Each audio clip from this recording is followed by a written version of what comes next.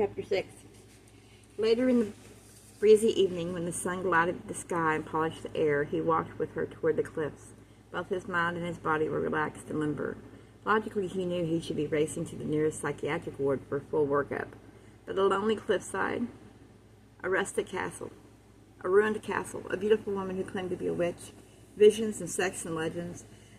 It was a time and place to set logic aside, at least for a while. "It's a beautiful country," he commented. "I'm still trying to adjust that I've only been here since this morning. Barely 12 hours. Your heart's been here longer." It was so simple to walk with him, fingers linked, so simple, so ordinary, so miraculous. "Tell me about New York. All the movies, the pictures I've seen have only made me wonder more. Is it like that, really? So fast and crowded and exciting?" "It can be." And at that moment it seemed a world away, 1,000 years away.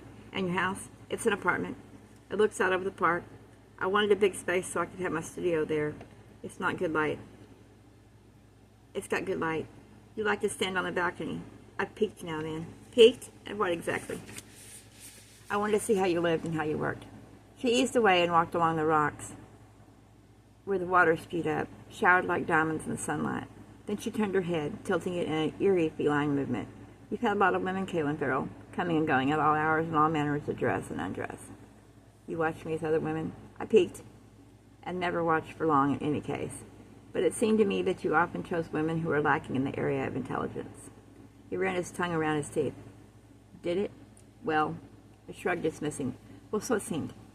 Bending, she plucked a wildflower that had forced its way through a split in the rock and twirled it gaily under her nose. "Is it worrying you that I know of them?" "Not particularly." "That's fine, then. Now, if I were the vindictive sort, I might turn you into an ass just for a short time." "An ass? Just for a short time? Can you do that sort of thing?" He realized when he asked it that he already was ready to believe anything. She laughed, the sound carrying rich music over the wind. "If I were the vindictive sort. But I think you'd look darling with long ears and a tail." "I'd just as soon keep my anatomy as it is. What else did you peek out?" "Oh, this and that, here and there. I watched you work in your darkroom, the little one in the house where you grew up. Your parents were so proud of you, startled by your talent, but very proud. I saw your first exhibition at that odd wee gallery where everyone wore black, like at a wake." "Soho," he murmured. "Christ, that was nearly 10 years ago. You've done brilliant things since. I should look through your eyes when I looked at your pictures. And I felt close to you." The thought came abruptly, stunning him. "You didn't have anything to do with, you haven't made what I can do." "Oh, Kaylin, no. No, I promise you. It's yours, from you. You mustn't doubt it. I can tell you nothing that isn't true. I'm bound by that. On my oath, everything you've accomplished is yours alone." "All right. You're shivering. Are you cold?" "I was for a moment. Even as a child, I would have come here to stand and look out to Ireland, spread out before me, green and gold, a dreaming place." "Ireland or this spot?" "Both. We're proud of our dreamers here. I would show you Ireland, Kaylin. The bank where the columbine grows, the pub where a story is always waiting to be told, the narrow flanked close with hedges that bloom with red fuchsia, the simple Ireland." Tossing her hair back, she turned to him. "And more. I would show you more. The circle of stones where power sleeps, the quiet hillock where the fairies dance of an evening, the high cliff where a wizard once ruled. I would give it to you if you'd take it." "And what will you take in return, Brianna?" "That's for you to say." "Now I have something else to show you, Kaylin." She shivered uneasily over her shoulder toward the ruins. "He's close," she whispered, "and watching. Come into the house." He held her back. He was beginning to see that he had run from a good many things in life. Too many things. Isn't it better to face him now and be done with it? You can't choose the time. It's already set. Please, into the house. Reluctantly, Cal went with her. "Look, Brianna, it seems to me that a bully's a bully wherever else he might be. The longer you duck a bully, the worse he gets. Believe me, I've dealt with my share." "Oh, aye. And I had a fine bloody nose, as I remember, from one. The two of you pounding on each other on the street corner like littlums. Hey, he started it. He tried to take me down once too often, so I..." "Whoa, too weird. I haven't thought about Henry Belinsky in 20 years. Anyway, he may have bloodied my nose, but I broke his." "Oh, and you're proud of that, are you now? Breaking the nose of an 8-year-old boy." "I was 8, too." "Very clever, Brianna. I don't see that you need magic when you can twist the conversation around like that. Just a small talent. I was glad you broke his nose. I wanted to turn him into a toad. I also had already started the charm when you dealt with it yourself." "A toad? Really?" It would have been wrong, but I was only 4, and such things are forgiven as a child. Aladistar is no child, Kaelin. He wants more than to win your pride and skin your knees, and don't take him lightly. Then she stepped back, lifting both hands. I call the wind around my house to swirl. She twisted her wrist and brought the wind howling against the windows. Fists of fog against my windows curl. Deafen his ears and blind his eyes. Come aid me with this disguise. Help me guard what was trusted to me, as I will, so mote it be. He stepped back from her, gapping. Fog crawled over the windows. The winds howled like wolves. The woman before him glowed like a candle, and shimmering with a power he couldn't understand. The fire she laid out of the air was nothing compared with this. How much am I supposed to believe and accept? Only what you will. The choice will always be yours, Kaelin. Will you come with me and see what I can show you? Fine. He blew out a breath. And after, if you don't mind, I'd like a glass of that Irish of yours. Straight up. She managed a small smile. Then you'll have it. Come. As she started toward the stairs, she chose her words carefully. We have little time. He'll work to break the spell. His pride will demand it, and my powers are more limited than they were. Why? It's part of it, and so is what I have to show you. It isn't just me he wants, you see.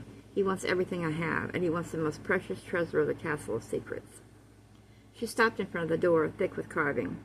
There was no knob, no lock, just glossy wood and the ornate pattern on it that resembles ancient writing. This room is barred to him by power greater than mine. She passed the hand over the wood, and slowly, soundlessly, the door crept open. Open locks? Cal murmured. Whoever knocks? No, only I, and now you. She stepped inside, and after a brief hesitation, he crossed the threshold behind her. Instantly, the room filled with the light of 100 candles. The flames burned straight and true, illuminating a wall and a small, windowless chamber.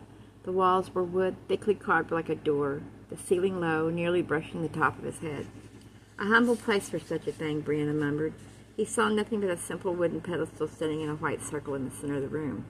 Atop the column was a globe, clear as glass. A crystal ball? Saying nothing, she crossed the room. Come closer. She waited and kept her hands at her side until he walked up and put the globe between them. Aladistar lusts for me, envies you, and covets this. For all his power, for all his trickery, he has never gained what he craves most. This has been guarded by a member of my blood since before time. Believe me, Kaelin, wizards walk this land, while men, without vision, still huddled in caves and fearing the night. And this ancient ball was conjured by one of my blood, and passed down generation to generation. Brianna the Wise held this in her hands 1,000 years past, and through her power and her love concealed it from Aladistar at the last. And so it remained hidden. No one outside my blood has cast eyes upon it since.